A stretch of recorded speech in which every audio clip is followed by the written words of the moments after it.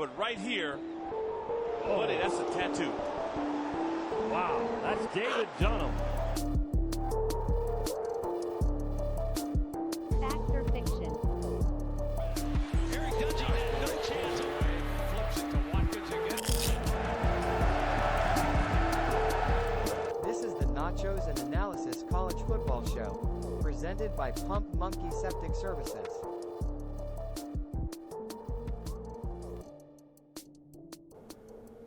Welcome to Season 2, Episode 10 of the Nachos Analysis College Football Show.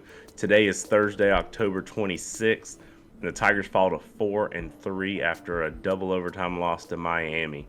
I'm your host, Drew Archer, and I'm joined by my co-host, Matthew Johnson. How's it going, Matthew? It could be better. I mean, talk about trying to lose in this game that we just played. I mean, it seems like this is a game where we were up 17-7 at one point and lost. Just feel like this is indicative of a lot of Clemson football we've been seeing lately. Yes, unfortunately, it's not the anomaly we thought we saw at Duke. It might be just what this team is, which is unfortunate. Yeah, so how was your sports weekend? How was your weekend in general? Let me think back through it. I think it was okay. What did I do on Saturday? Oh, Saturday I actually had to work, so I didn't get to catch much of the early window of games. But after that, I was really waiting to see the 3:30 window because Alabama was playing in that window, and there was another game that I wanted to watch in that window. But I ended up just kind of like having it on in the background and playing video games, so I didn't watch like a terribly large amount of football this weekend other than Red Zone on Sunday, so. There you go. I watched a lot of football on Saturdays. Sunday I was dead. I'm just going to put this on Clemson. Literally 30 minutes after the game ended, I came down with a fever and got the flu. This team is very sickening. Yes. And it's spreading to the fan base. Did not hardly get out of bed at all Sunday. Took Monday off from work. Been feeling pretty rough, and so I'm gonna send my doctor bill to Dabo Sweeney at the at the football office there in Clemson. But I will. Speaking of that, I'll just read off a text that I got from you this week. Is that you were going to be maybe as fired up as I was in the Duke episode, but the only thing holding you back is the flu. So. Yeah. Hopefully we get that fire. We'll see how it goes.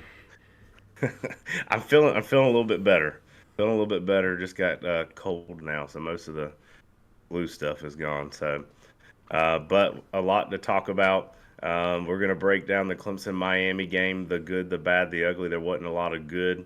We're going to talk about some other notable games. You mentioned the Alabama game. That was one that I was really liking in the first half, not so much the second half. We'll then discuss our Twitter poll for this week, which was, what is Clemson's biggest problem at the moment? With no guest this week, I do promise Ryan Cantor will be on next week. We already got it scheduled. We're going to record next Monday night for next Thursday's episode, so he will be on next week. We'll also do Fact or Fiction as always. We'll review the Pick'em contest from last week. Matthew and I will give out our picks for this week, and then we'll discuss the NC State game this week, which... You asked me a couple weeks ago. That was an easy win for Clemson. I don't know if this is the easy win for Clemson. So a lot to talk about today. But let's start with Miami. What were your initial thoughts on this one, Matthew? Well, one thing, I was kind of trying to keep notes during the game, but I won't lie, I got uninspired by the end. I sent out a tweet. It was like right after they had said on commentary that Clemson was now tied with Troy for the lead and fumbles lost. And then almost, I think maybe the next possession or the possession right after that, we lost another fumble, which Clemson fans, your team now leads the NCAA in fumbles lost. So it's not a fluke. It's like Drew said in the intro, it's not a fluke. It's not an anomaly. This is the team. This is who they are. They're turnover prone. 3 first half turnovers, by the way. 3 of them in the first half. That also, I think another thing that they said on the broadcast that I think is very poignant and kind of shows you how the tide turned in this game. Miami didn't run a play in Clemson territory until the second half. And we lost. That was insane. That was one of the ones that baffled me. The defensive stand that you had the entire first half, keeping them on that side of the field. You had a 10-point lead at one and blew it all away. Yeah, it's a lot of it because of turnovers. Yeah, it's a full team thing. It's not just like the offense is turning the ball over, but then that's putting the defense in a bad situation. Like, it's a full team thing. And I've seen a lot of people, this is kind of a side note, I don't really have a point on this, but I've seen people talking about how Clemson does not have a special teams coordinator like other D1 schools. Mike Reed, our safeties coach, heads up the special teams, and Clemson lacks on special teams a lot, and that is a whole third of the game, an aspect that goes forgotten and doesn't go forgotten in Columbia, because if you remember last year during that game, we got outplayed in that facet of the game. So it's not really that relevant to what happened in this game, but it was just kind of came to my head as stuff that we need to improve. Like, there's just a lot of areas where Clemson right now is behind. Yeah. 2 things that really stuck out to me, obviously, other than the turnovers, because this is just something that continues to happen. You don't know who's ball and ball security. You give it to Shipley, he fumbles. You give it to Maffa, he fumbles. Cade fumbles. But 2 big things that stuck out to me were time of possession and Miami's domination of the line of scrimmage. Now, Miami, the only quarter that Clemson led in time of possession was the first quarter, and then Miami won 3 other quarters. The fourth quarter, Clemson had the ball for a total of 1 minute and 20 seconds. It's a 15-minute quarter, and you have the ball for 1 minute and 20 seconds. Miami had the ball for 13 minutes and 40 seconds. That's insane. And that was largely in part because of their offensive and defensive line, specifically their offensive line. They were absolutely manhandling our defensive line, which is supposedly the strength on this team. Yeah, Go ahead. I was just going to say, I don't know. Like, I can't even point to one specific factor in this game that I feel like led to the downfall. It was just like all the pieces falling into place that would equal us. Like, I don't think the defense played horribly. Like, they definitely played well enough to win the game, I think. Maybe not full across the defense. I wasn't paying as much attention as you were to the line of scrimmage battle. But I know, like, at least, like, we weren't giving up, like, big plays or anything like that, other than that one after the fumble. My thing is, that 80-yard run for a touchdown, that was brutal. My thing is, especially late in the game when they're dominating this time of possession, you know what they're going to do. They have a backup quarterback in there.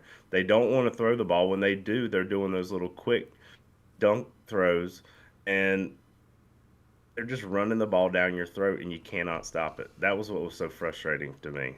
Yeah, I agree. But I don't know. I cannot imagine what film was like this week at practice. I can't imagine what practice was like this week. It was not all bad. I like the tweet that you sent out during the game about Jake Briningstool.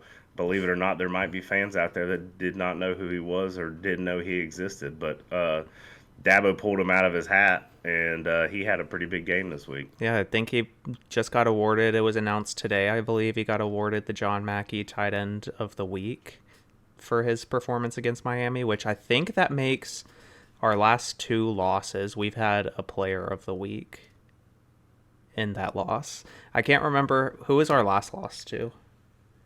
Florida State. I think in that game it might have been Tyler Brown or somebody. Somebody won a Player of the Week award, like nationally, or at least in the ACC for that game, and obviously it's not contributing enough. No.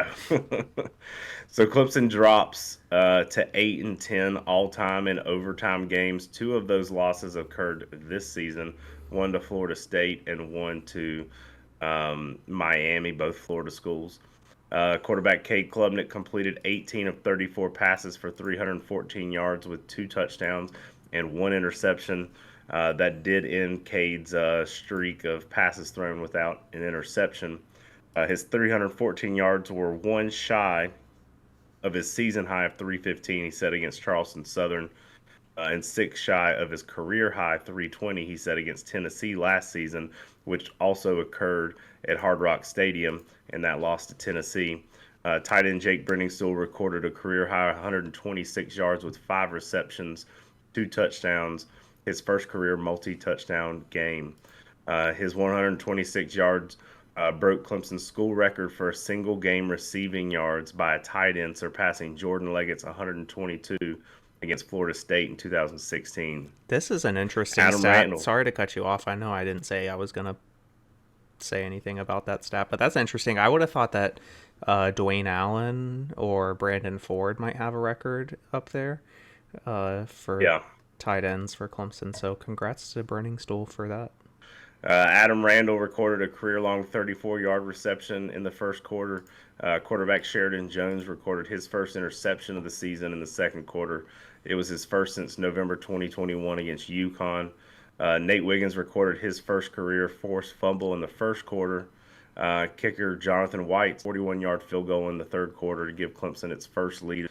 Clemson did not allow Miami, like you said, to run a single play in Clemson territory in the first half. That changed in the second half. And Clemson was outgained for the first time this season, snapping a 7-game streak in which Clemson outgained its opponents. You knew it was bound to happen one of these days. You play as sloppy as you have been playing. You outgained Duke in a loss. You outgained Florida State in a loss. Not the case with Miami here. So, any other final thoughts before we turn the page on this monstrosity of a game? Just kind of on that last point that you made about it catching up to us. It's honestly impressive that our luck has been how it was, and to outgain opponents and lose the game. That goes right back to the turnover conversation, and it's just one of those phases of the game that we're not very good at right now. So I don't want to talk about this game anymore. Well, I said that, but then I thought of like 3 more things that I did want to say. Okay, I'll listen to it. I'm not talking, though. We can't not mention, though, the final play with Cade where he went off script, supposed to hand the ball there off to Shipley, and goes rogue and decides to run it on his own.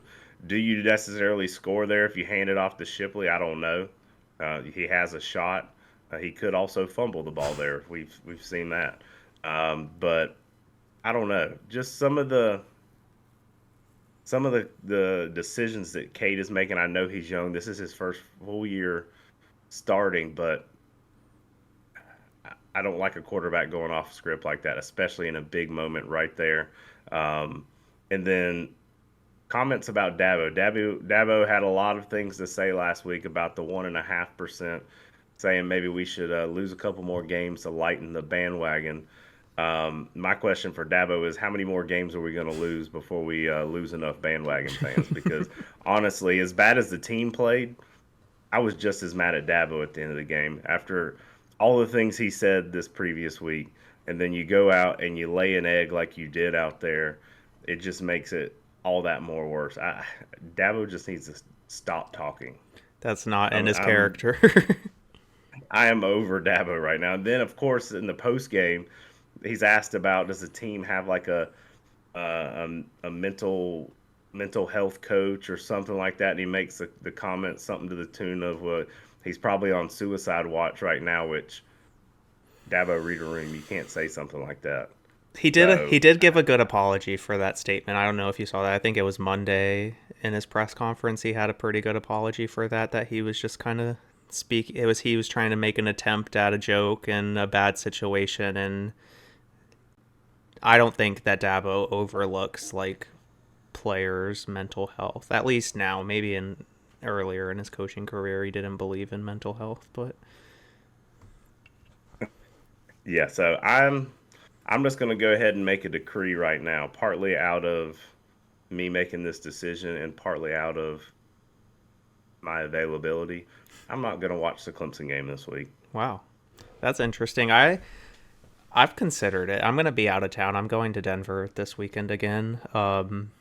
So I'm making plans to be able to watch it, but I'm not going to commit myself to 4 hours of torture if the game doesn't go how I want. But that's the thing is like the first half of some of the games that we've lost, like Florida State and Miami, the first half went well for Clemson. It's the second half adjustments that the other teams are making to us and coming out and executing better. It doesn't seem like we're adjusting to their adjustments. We're just sticking with our game plan and making it easy on the other team to come back almost.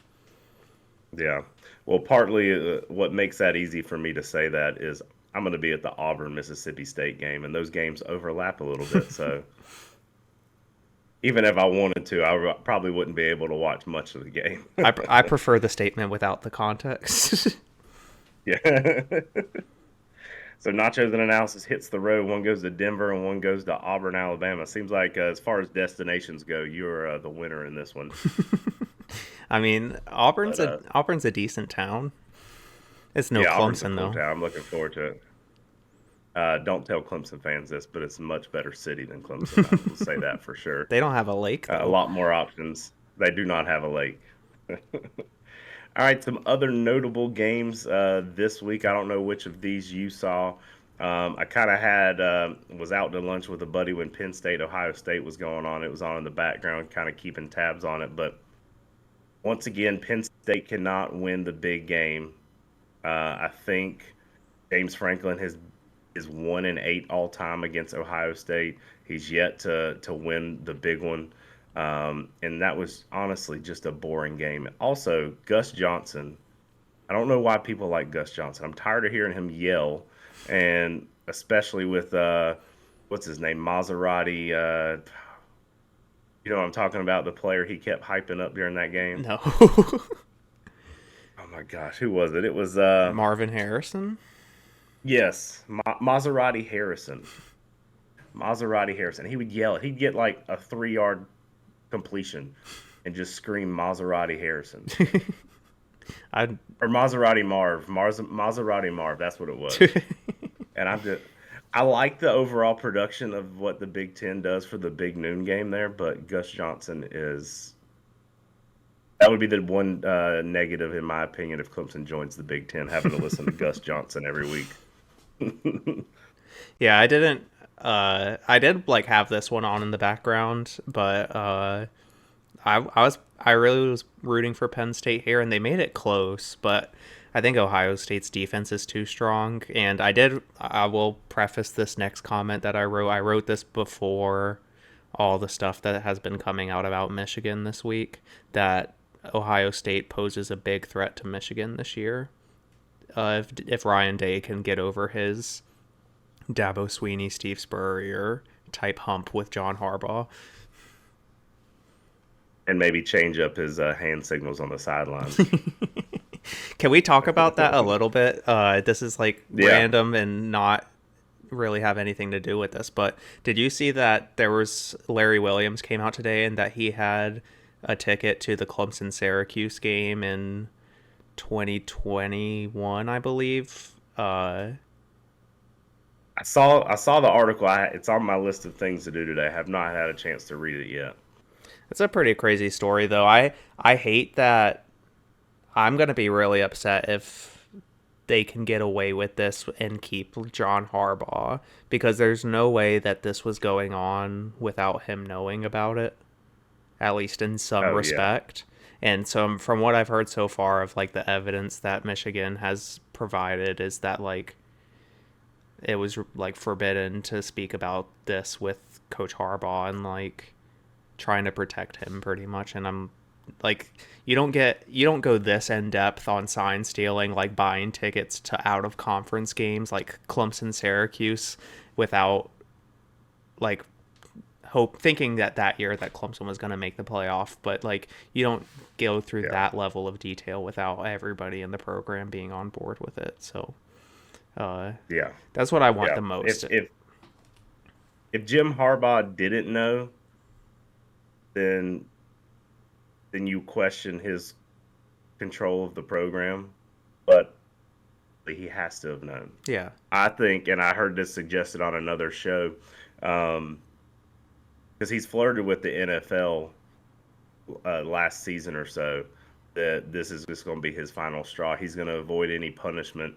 He's going to finish out this season. NCAA is going to try to crack down, and he's going to say peace and head to the NFL. That's not a bad theory. I wouldn't be surprised at all, because I'm sure he has a job already lined up with the Ravens, under his brother, or I'm sure he could get any head coaching job that he wants. So doesn't Jim or John Harbaugh coach for the Ravens? Yeah, he's the head coach for Baltimore. Okay, I thought it might have been. Which had a huge win against Detroit this week. Yeah, I thought that was going to be one of the best NFL games. That was a crazy game. I mean, we can talk about that a little bit now since we didn't really want to talk about Clemson. But yeah, that was my friend Trevor. He's my best friend. He's a big Lions fan. He has been since the early 2010s when they had Calvin Johnson. Trevor played wide receiver growing up, so he looked up to Megatron a lot and became a Lions fan based off of that. But Trevor has stuck with the Lions through all the 0-16 and struggles. So he's been very hyped coming into the season, knowing that the Lions were going to be good. And we were talking about that game, and he was like, I don't know. I think it's going to be. I was like, this is going to be a good game. It's going to be close. And he was like, I don't know. We have the potential to be able to blow them out. And I'm like, so then I texted like when they were down like 35-0 at halftime. I was like, why are the Lions so bad? Well, this obviously was Sunday when I was feeling it with the flu, and I was laying in bed and had that game on and fell asleep, and then woke up like, I don't know, 45 minutes to an hour later, and the channel didn't change. It just happened to be on the Falcons. I'm like, why the heck is... I didn't change this channel. I went to the guide, and it still said that it was the Baltimore-Detroit game. But evidently, Fox was like, this game is so bad, we're just switching it up and not even showing this. They're going to spare Lions Nation and all of the Eminem fans from Detroit. Other notable game, talking about it earlier, Tennessee, Alabama. Tennessee came out hot and took care of business in the first half. Could not hold on there in the second half.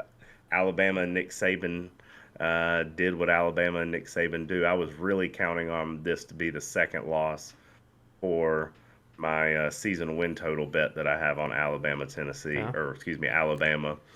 But that was not the case. Yeah, that's nice. This really sucks for Tennessee because they were up 20-7 at one point in this game, and I don't know if you know the final score off the top of your head, Drew. I do not. 34-20. Alabama scored 27 straight points to win this game. I remember at one point looking at my TV when I got home from lunch, and I was just like yelled at my TV. I'm like, Tennessee, I don't want to be pulling for you. Why are you doing this to me? I don't know. Tennessee is one of those programs where if I wasn't a Clemson fan, I would consider rooting for Tennessee. Like if I didn't have ties to Clemson. Yeah, I don't know. Their fans have been getting on my nerves the last couple of years between the bowl game and then we had that baseball. Yeah, and they steal one of our players for baseball too. So not a big Tennessee fan over here. But the biggest game in the ACC was not Clemson-Miami. UVA and UNC. Tony Elliott, with just one win on the season, gets his first win against a top 10 team, and Virginia's first win against a top 10 team on the road. So Tony Elliott, not one but two wins now. Yeah, maybe Tony Elliott can start the tombstone tradition with maybe winning ranked games on the road at Virginia. But that's a big one for Tony Elliott. And like you said, it was a big game, but it wasn't going into Saturday. It only became a big game in the fourth quarter when or I guess in the first quarter even, when Virginia went up 7-0, and they were just keeping it competitive the entire time. So that's great for Tony Elliott. Hopefully that's a job saver right there. Yeah, because I think I mentioned it at some point this season. Like, the seat has to have been getting pretty hot, especially with the way they started the season. And hopefully a win like this will help secure him for another season. I believe he won the ACC Coach of the Week as a result as well. Nice. And Drew, you can't see me, but the audience can. I'm wearing my Tony Elliott hat today. It's my orange Clemson baseball hat that he used to wear on the sidelines. But yeah, I mean, I think it's really going to work out if he's able to build at Virginia. I hope they give him that opportunity, because right now Virginia just really stinks. Yeah.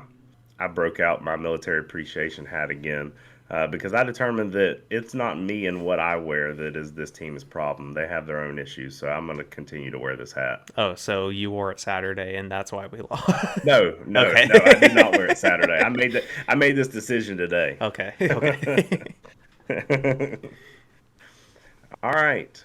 Pump Monkey Septic Service. Before we get into our Twitter poll, we got to shout out Pump Monkey, owned and operated by Clemson alumni Alan Powell, servicing the upstate.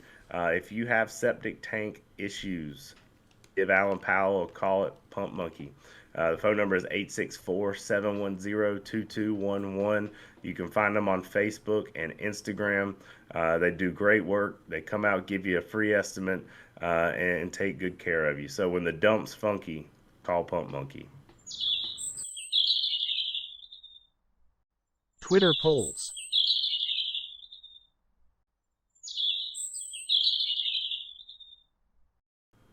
Our Twitter poll of the week. Once again, the only way to participate in this is to follow us on Twitter. So find us on Twitter or X at Nachos_analysis. This week's poll question was, what is Clemson's biggest problem at the moment? If I left that open-ended, I'm sure we would have got plenty of answers for what was wrong with Clemson, but had to limit it to 4. The options were talent, player development, inexperienced coaching, and discipline. Before Matthew and I share our results or our thoughts and we reveal the results, do want to read some of our Twitter comments on this. Clemson Matt says, if you compare position by position to the 2018 team, there may be 2 guys that would start. It's hard to have 2018 expectations without 2018 talent. Compared to 2016, maybe 5 guys would start. Cindy says, all of the above. Kimberly says, I want to pick more than one. Spirit of the Valley says, I think inexperienced coaching and underdeveloped players go hand in hand together. I also did think about that after I posted that. But thank you to all who participated and commented. Matthew, what is your thought on this poll? I forget the name of who you just mentioned, but when I first read the question, I was stuck between player development and inexperienced coaching. And as I was like writing out my thought process of that, I convinced myself that it's inexperienced coaching because they're related. You can't have players develop under coaches who've never developed players before. So I think it falls back, like the root of the problem would be inexperienced coaching, and that kind of everything else falls in line. I'm not sure on the discipline thing. I feel like outside of a few things, like Clemson is a pretty disciplined team. I don't feel like that's an aspect that Dabo will usually like let slide. Like he's usually pretty hard on that. So and talent, I think everybody, or other than these 11%, knows that this is a top 10 team in the country based off of recruiting composites and how many people, or like what type of recruits are on our team. It happens once they get here. Yeah, and that's why I think your answer has to be inexperienced coaching. Like you pointed out, Dabo hires a bunch of former players that have little to no coaching experience, and nothing against the coaches themselves personally, but if you've never done it before, don't have the experience to do it, you're not going to be great at your job. I look at my job that I started 10 years ago compared to today, I was absolutely horrible. So I think the fact that you're going and getting guys that worked hard and came through your program and were great athletes, but that doesn't necessarily always transition into coaching. So I agree. I think it's inexperienced coaching. Yeah, and I think As far as I was just gonna say, I think other schools hire former players as coaches also, but I think Clemson got put in a situation to where we had hired a bunch of former players as like lower level assistants, and then we had a big coaching turnover where our defensive and offensive coordinator left in the same year, and we had to replace those. And Dabo's more of a promote from within guy, which in a business I agree with. I'm not sure that it relates exactly here, but I think it's like good for culture to promote from within. So, yeah,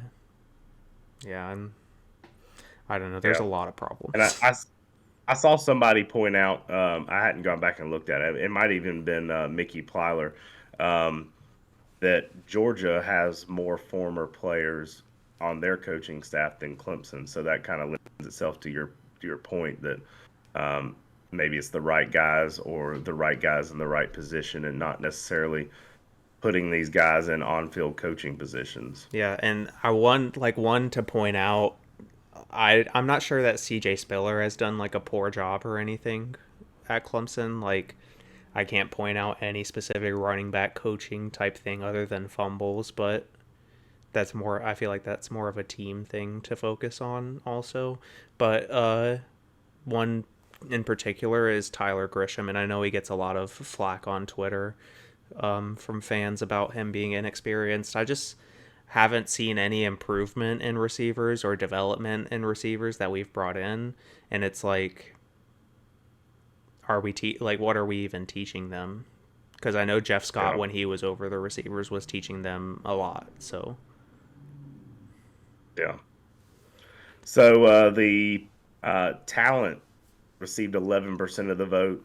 Player development, 21%. Discipline, 26%. I was kind of surprised that one was the second highest. And then inexperienced coaching with 42% of the vote. So the people do agree with us on that one. So thank you to everybody who voted. Thank you to everybody who commented on Twitter.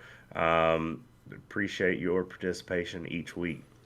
Yeah, and also, this is side note before we move on to Fact or Fiction, but I don't even know if Clemson Matt is a listener of ours. I know he follows us on Twitter, and we followed him for a little while, but Clemson Matt was the very first email that I ever made.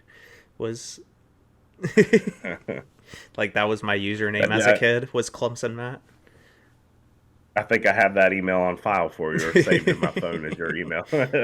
So it's just a weird thing, but we can move on to Fact or Fiction. Fact or Fiction.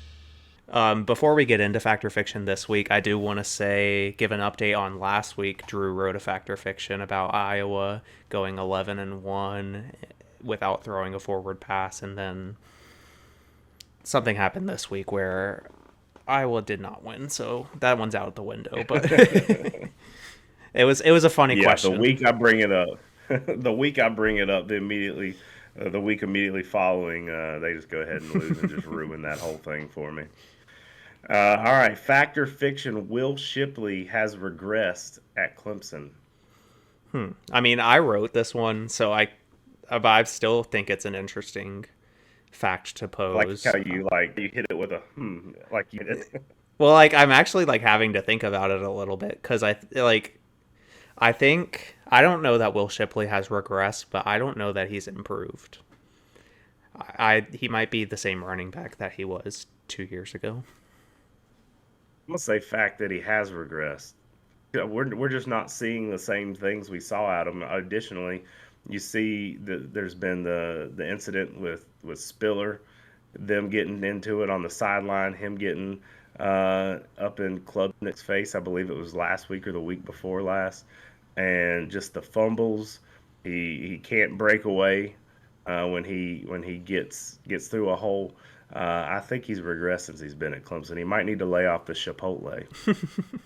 Yeah, I also don't know, like, I feel like he's developed physically, like, into a better runner, but it hasn't translated to the field like you thought it would, because, I mean, if you think about, I'm thinking back, this is a bad example. I feel bad for comparing anybody to Travis Etienne, but Etienne as a freshman was fast and was kind of like the straight line speed, but he developed into a tackle breaker and somebody who fights for yards. And I feel like Will Shipley was a tackle breaker at one point, but maybe everybody else has caught up to him. Yeah. I don't know. He's not running people over either. Yeah, and like he's not outrunning people, but I mean these are all like very high expectations. It's hard to go from Travis Etienne to a normal running back, not a generational. My question is, because I think he switched up his footwear. I don't know that he's no longer wearing the Air Monarchs. Could we contribute this to that? It could be. I know I had a class with Will Shipley in the spring, and he did still wear the Air Monarchs occasionally, but it was not every day like it was when he was a freshman. So maybe he's just losing that little bit of that humbleness that Yeah. If somebody on campus can, if you spot Will Shipley, snap a picture of his shoes and send it to us. 'Cause we're very interested. Yeah, because, I mean, I don't know. The coaches, they watch the film. They spend every day with him in practice. They're racking their brains. Why is Will Shipley fumbling the ball? But it could simply be what we just discussed here on the college football show. So y'all help us out with this investigation. If you see Will Shipley, please take a picture of his shoes. Also, Drew, I don't know if you saw this. Yeah.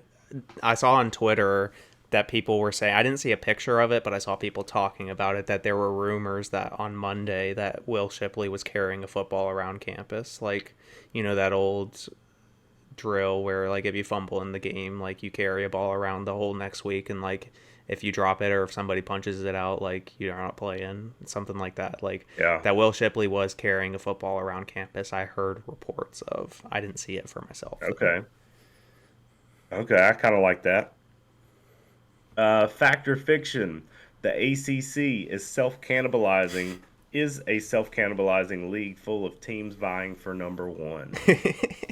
I think this is funny because just a few weeks ago, or I guess it was last week, we talked about how the bottom half of the ACC is just horrible, but I'm changing my mind this week and saying that this is a fact, that every ACC team is equal in not necessarily talent, but execution on the field. So I'm going to say fact. All the ACC teams are equal, and there's not one above the other.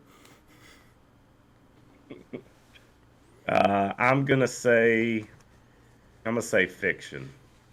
I think it'll be normal cannibalization because every year you have those teams there at the upper to middle start playing each other and losses start happening.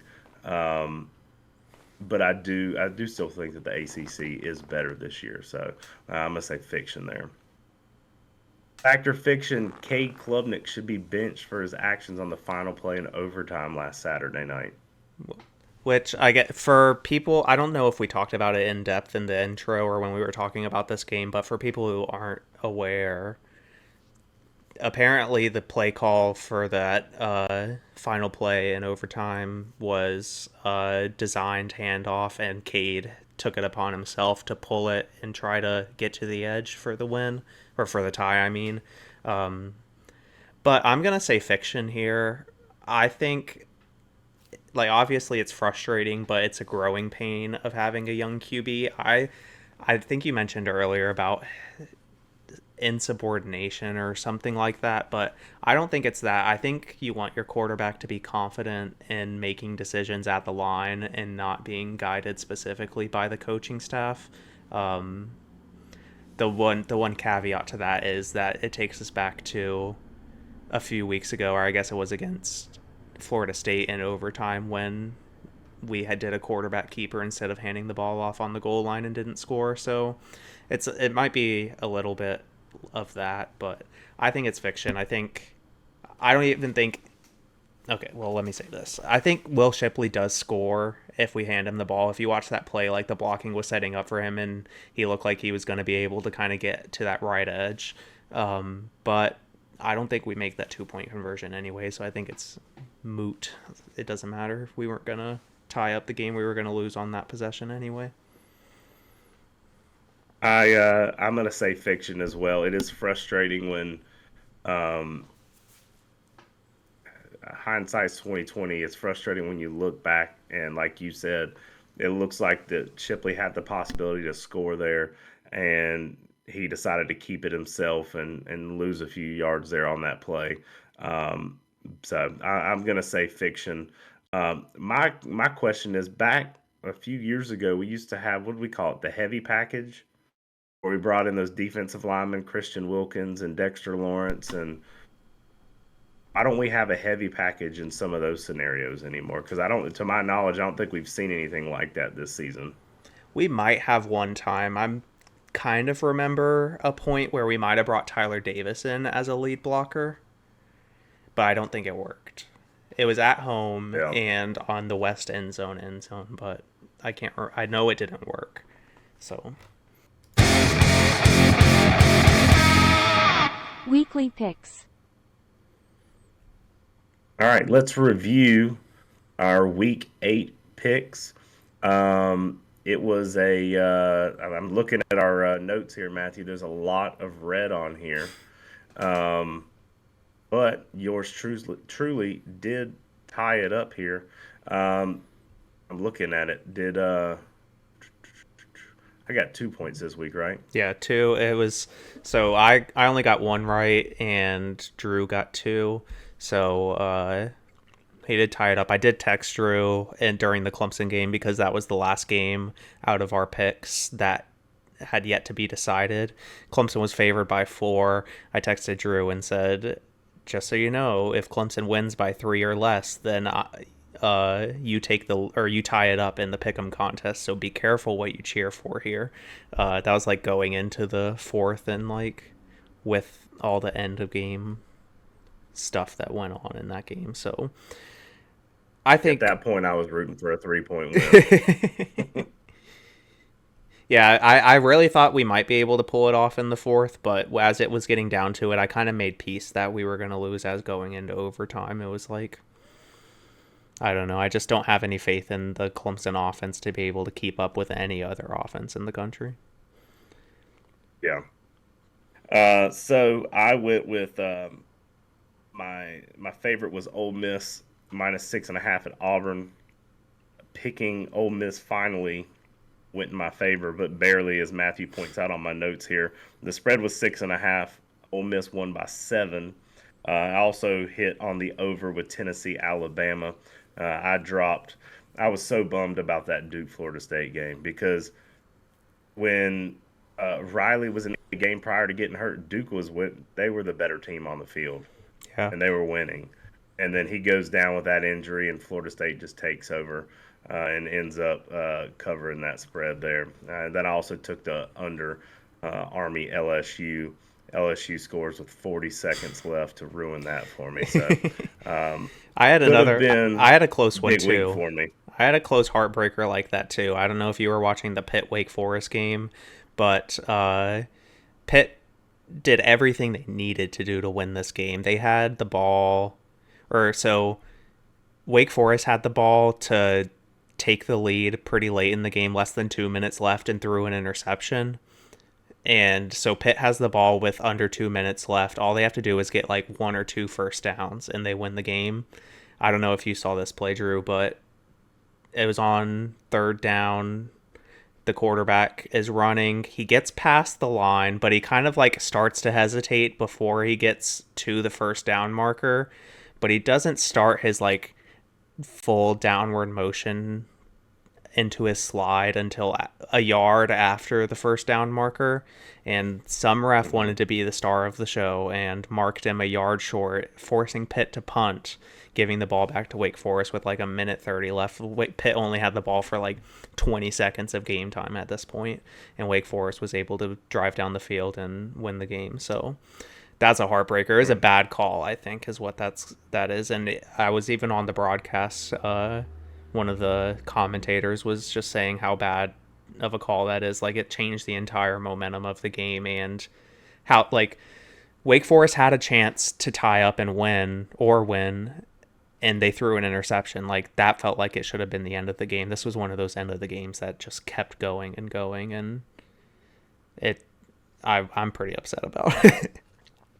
You wish that, I mean, you'd think that would be a reviewable call as a spot on the field with the slide, because that would have easily negated that call in that scenario. Yeah, I wonder if it's not reviewable. I wonder if it's since it was under 2 minutes, like, that sideline couldn't challenge it, and there might not have been. Like, I feel like it's almost subjective about going into a slide, because, like, if you watch the replay in slow motion, you can see the quarterback kind of like starts to hesitate and slow down, but he doesn't like begin the slide motion until after the first down. But you can tell he like thinks about it before he gets it, and it's like kind of drops a little bit, but he doesn't like complete that motion. So I think that's just a subjective call of like where he starts the slide. But yeah, unfortunate week for me. I thought I was going to go perfect and ended up only going 1-3. Drew ties up the series. But 16 all. Yeah, it's getting interesting going into the end of the season, second half. Hey, and I would like to point out here, we're through 8 weeks. We each got 16 points. We've hit, am I correct here? We've hit 50% of our, no, we have not hit 50%. Never mind. Just disregard that. No, we've hit 50. Let's see. Yeah, we've hit 50% of our votes, both of us. Yeah, because there was 32 possible points through 8 weeks. Yeah, so we haven't done. I mean, in picking against the spread to be profitable, you have to win 54% of your picks. So we're right there around being profitable. So and it's almost impossible to beat Vegas on picks. So when you're going against betting lines and stuff set by Vegas, it's hard. They know what they're doing. Yeah. Let's see if we can keep that 50% streak going. Each week, Matthew and I give out our favorite underdog over and under pick. Matthew, what are you doing for your favorite this week?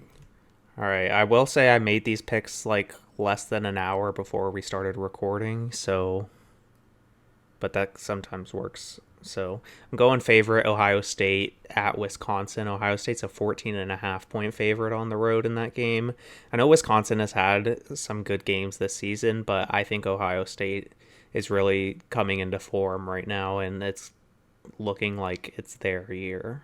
So, all right, I'm going to the ACC with my favorite pick, Duke at Louisville. Louisville's a 4-point favorite. I'm not exactly sure on Riley's status here, but regardless, he is banged up, and I think Louisville can take care of business at home against Duke. Yeah, this one's I really thought about this one.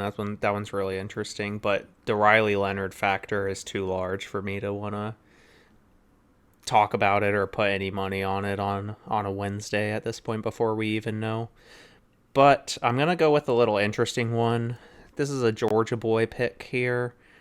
Growing up in Georgia, you might not know about it, but this is a big rivalry, Georgia State at Georgia Southern.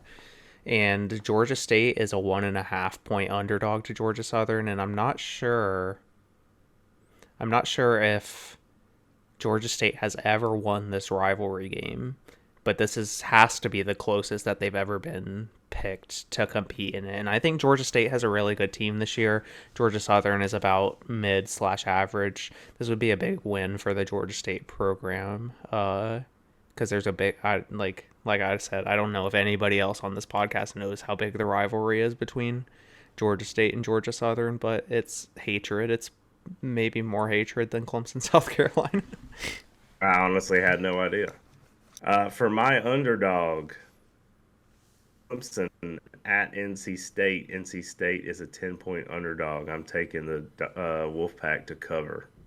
That's very interesting. I considered taking Clemson that game for this over pick, but I ended up changing it to a bit of a surprise. I'm going Colorado at UCLA. That's plus or minus 63.5.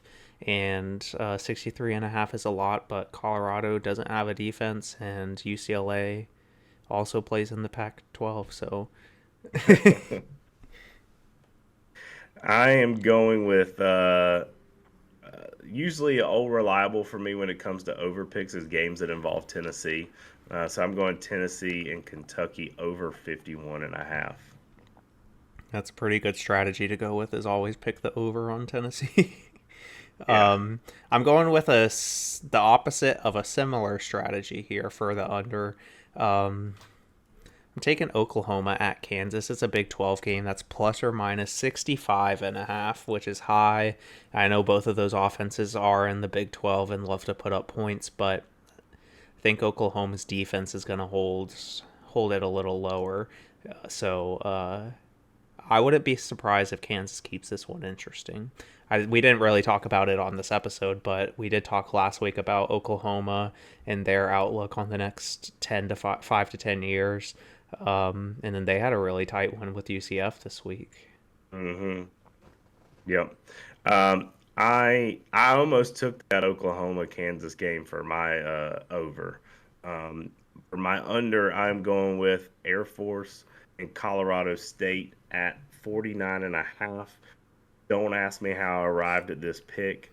At some point during my flu state, I made these picks and revealed this earlier today. I'm like, I don't remember why I picked that, but I'm gonna stick with it. I'm gonna trust the flu brain that I had going on, and so under 49.5 Air Force and Colorado State. Yeah, I'm just gonna hope that was like sickness delirium that fueled all your picks this week, and I'm gonna get back out to a lead.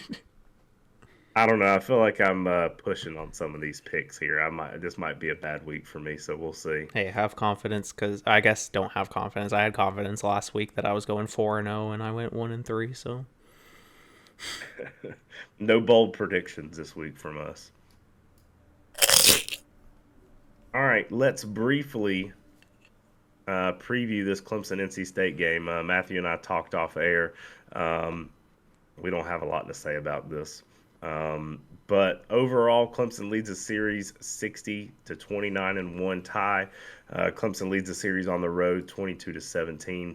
The last meeting between these two teams was October 1st of last year. Clemson won 30-20. I believe we talked about it. That was one of the better night games that we had in Death Valley in a long time. It was the first night game with the new Jumbotron last season. Ended up being a good game.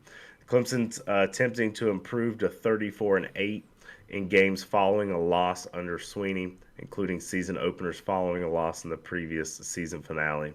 The Tigers are entering the game having not lost back-to-back games in the same season since November of 2011, the nation's longest streak. I got a trivia question here for you, Matthew. When was the last time Clemson lost back-to-back games in the same season? I kind of thought this might be the question based off of the previous stat. So that Clemson has not lost back-to-back games in the same season since November 2011. So it's definitely South Carolina, and I believe we might have lost to NC State right beforehand, or maybe Georgia Tech and NC State in 2011. So those, I have two guesses. I'll say, or three combinations of guesses, is like Georgia Tech and South Carolina. No, Georgia Tech was not the game right before South Carolina. I'm either saying Georgia Tech and NC State, or NC State and South Carolina. Well, now I'm reading this back, and now I think I've confused myself. I copied and pasted this, so I don't know what I did here. This is flu brain. This is all probably what's going to happen with my picks from this week. The last time in the same season was 2010. I don't know what's up with that 2011 stat there. The last season was 2010, which this season has a lot of 2010 vibes. Could you name the two teams? Oh, excuse me. Yeah, this is back-to-back games. I'm messing this all up. I'm so confused. I think you're right. Entering the game. I think you're right. Okay. Well, anyways, I just wanted to highlight this. We'll just skip the trivia question because I ruined that. All right. But in back-to-back games in 2010, Clemson lost to Miami and North Carolina. The Tigers lost to Miami this week and traveled to North Carolina to play NC State this week. I am going to challenge, though. I have a official coach's challenge. I dropped the red flag on the field. Right. I've just pulled up on ESPN the Clemson Tigers schedule from 2011. We were undefeated until a loss at Georgia Tech on October 29th. But we did lose 2 games back-to-back that year on November 19th weekend and November 26th weekend to NC State and South Carolina. So I'm giving myself the point there for the trivia question. Yeah, you can have the point. I don't know what I copied this right from Ross Taylor's notes, but evidently I did not do something right there. Ross Taylor is not onto it. So just disregard everything I just said. Thoughts on this weekend's matchup, Matthew? I don't know what to think. I just hope that this team has taken like a long enough look into the mirror to know that they are very realistically staring 6-6 in the face right now. And without a win this week, 6-6 is a stretch. Like that should be the goal if we lose this week. So I don't even know what to say. I think there's nothing I can say right now that's going to affect the game or even give you a good understanding of what's going to happen because I don't even know. Anything could happen. Clemson could win by 40 or they could lose by 40, and there's a bunch of factors at play into why that is the case. I cannot give you any more information about this game other than that.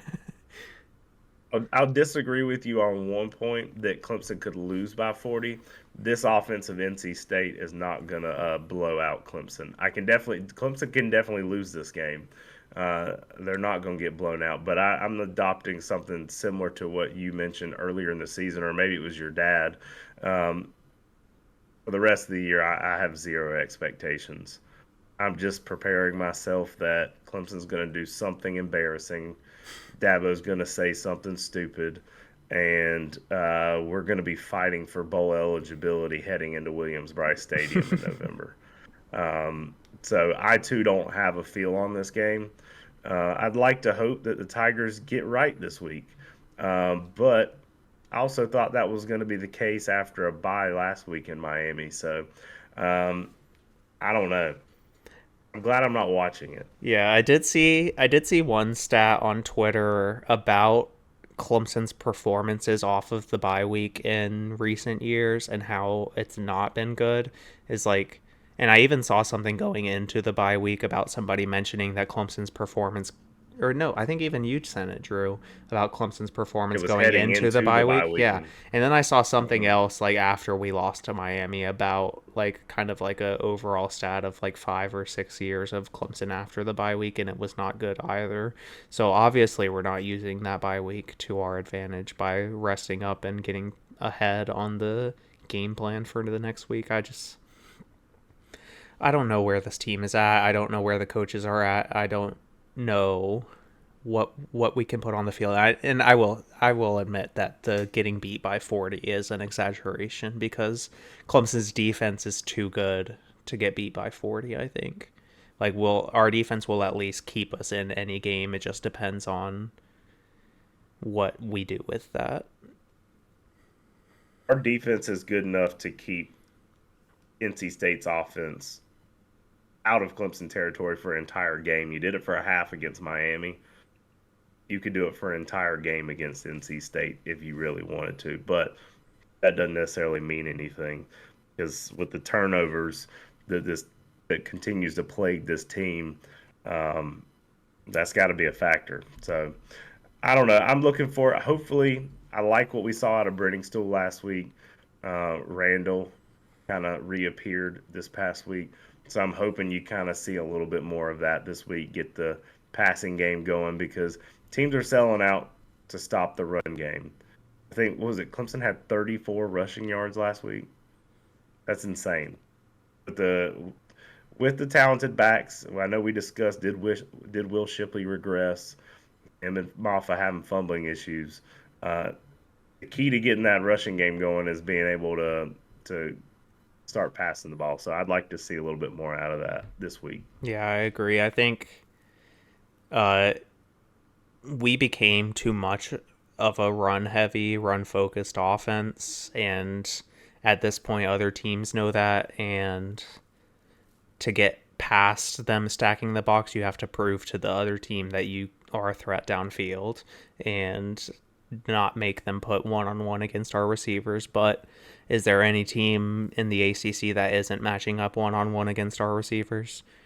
We're not getting separation. We're not getting open. So we kind of only have one choice, which is just to pound the ball into a stacked front.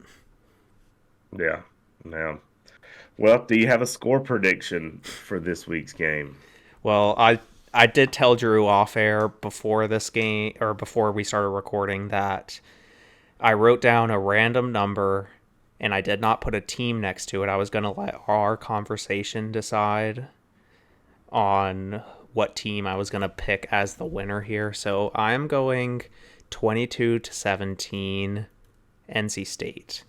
I don't think NC State has a good chance to win this game, really, but they do have a better chance than they've had in the past 6 or 7 years, and that includes some games that they've won. So, yeah, I hate picking against Clemson here because this is supposed to be one of our win games, but I think the only way Clemson wins is if I pick against them. And what would you say your score prediction was? 22-17. I said I got this from a part in the show notes. That is Clemson's road record at NC State in the series. I am gonna go Clemson 27. Clemson 27-21. Okay. I do want to say also, on our score predictions last week, I almost had it exactly right, just the wrong team. I said 28-20 or 28-21 Clemson, but the final score ended up being 28-20 Miami. Wrong guys. Yeah. Yeah. I was seeing it in my mind, but I just didn't see which side had which points. Got to focus a little more next time. All right. Well, that is today's show. Thank you all for listening to episode 10. As we mentioned, Ryan Cantor is going to join the show next week. We're going to break down the NC State game and preview the big Notre Dame game. If you thought that the Miami game was tough to watch, depending on what we see this week against NC State, Notre Dame might be brutal. So thank y'all for listening, and we'll talk to you soon. Peace.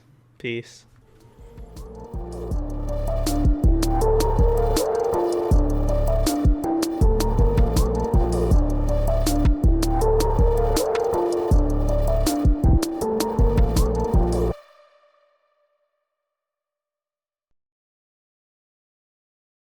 I don't really have anything for the end of the episode today, so I'm just gonna shout out my game on the TV again. Drew, you want to have a guess? Oh. I will say it's pre-Dabo era. Pre-Dabo era. But I did attend this game.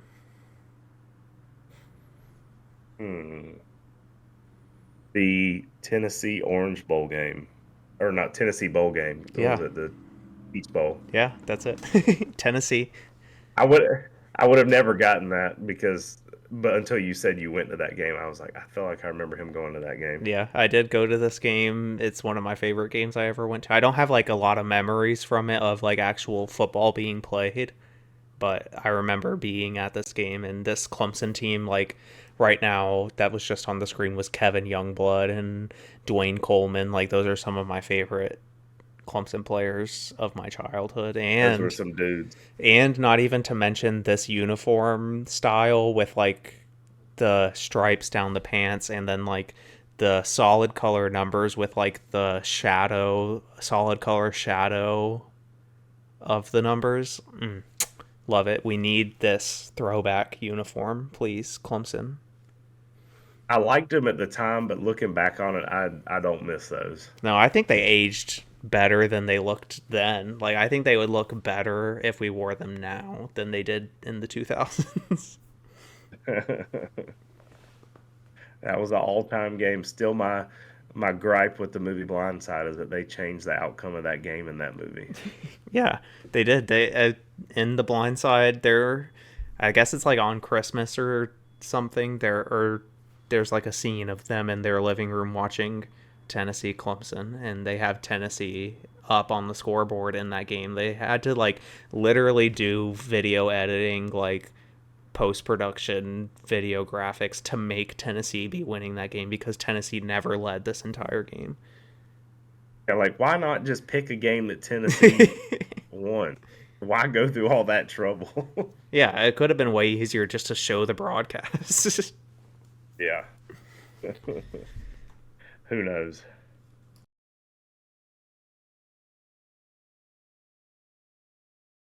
I tried to tee you up for a segue by saying that Virginia stinks. Oh, I completely missed that. How do I look? Do I look sweaty? Because I'm sweating profusely over here.